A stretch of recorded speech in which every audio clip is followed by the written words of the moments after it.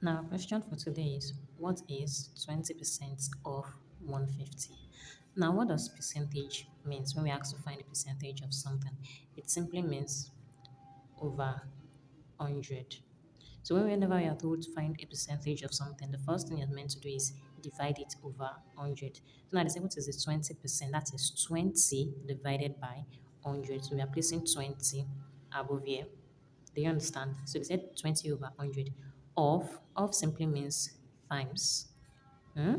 Now, of what? 150. So we are writing 150 here. Easy. So now, what can go in 100 and also go in 150? That is 10. So 10 in 100 is what? 10. Now, 10 in 150 is what? 15. Now, we can still divide this further, right? 10 here is what? 1. 10 here is what? 2. Now, what do we have left? We have 2 times what? 15 here.